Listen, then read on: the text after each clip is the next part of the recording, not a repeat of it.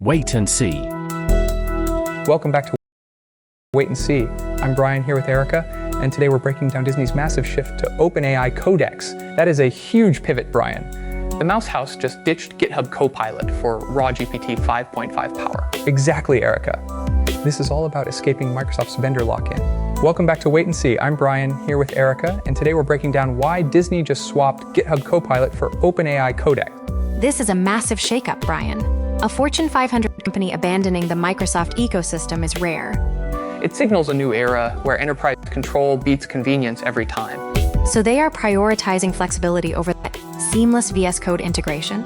Right, Erica. GitHub Copilot is fantastic for individual developers, but it forces you into a specific workflow in a walled garden. Disney needs to inject context from their proprietary monorepos, millions of lines of code powering everything from park reservation systems to the streaming backend that a standard plugin just cannot handle securely or efficiently at scale. That makes total sense. With OpenAI Codex running on GPT 5.5, they get raw API access. That means they can build a custom internal gateway that pulls data from their own instances, documentation wikis, legacy codebases before sending a prompt to the model. They aren't just getting autocomplete. They are building a bespoke coding assistant trained on the history of Disney engineering. Exactly, and let's talk about the model itself. GPT 5.5 supports a massive context window and significantly faster token generation than the older GPT-4 iterations that Copilot was historically tethered to.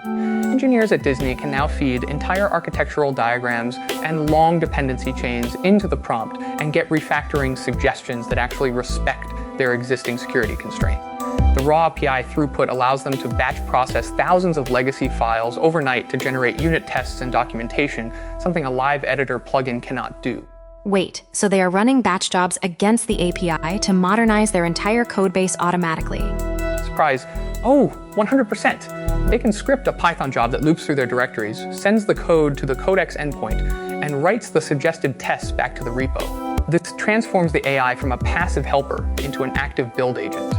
It is the difference between having a smart Copilot sitting next to you and owning the entire airline. That brings up the biggest point here, vendor lock-in. If Disney stayed with Copilot, they are locked into Microsoft's infrastructure, Azure, and the specific data retention policies GitHub enforces. By switching to OpenAI, they have built their internal tools, so they don't care whose AI is behind the curtain. If DeepSeek V4 drops a better model next month, they can just swap the API endpoint in their configuration file without rewriting their entire internal engineering workflow. You hit the nail on the head, Erica. This is the future of enterprise AI strategy. Smart companies are building abstraction layers that sit between their developers and the AI models. They want the freedom to shop around for the best inference speeds and pricing models without destroying their developer experience. Microsoft wants to own the stack, but Disney wants to own their data and their tooling. I bet the Microsoft sales team was not happy about that phone call, but for any decision maker watching, this is your blueprint. Do not get comfortable in a walled garden. Agreed. We have broken down the specific API configurations and benchmark comparisons between GPT 5.5 and standard Copilot performance in the full written guide. Check the description for that deep dive. Thanks for watching. Don't forget to like and subscribe for more signal through the noise. Exactly, and let's talk about the model itself. GPT 5.5 supports a massive context window and significantly faster token generation than the older GPT-4 iterations that Copilot was historically tethered to. Engineers at Disney can now feed entire architectural diagrams and long dependency chains into the prompt and get refactoring suggestions that actually respect their existing security constraints.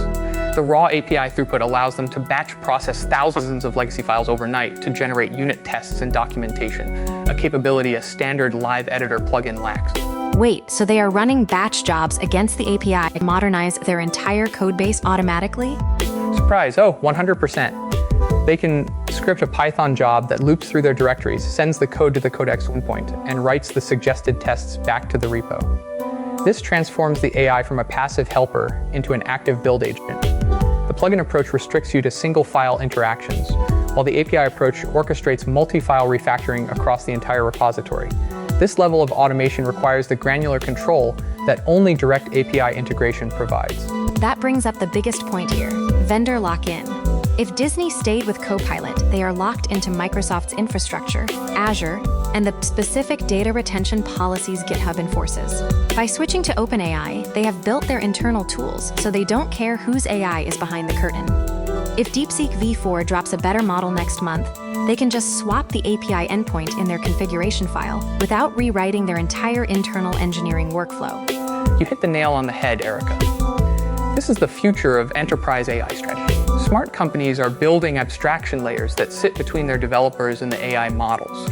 They want the freedom to shop around for the best inference speeds and pricing models without destroying their developer experience.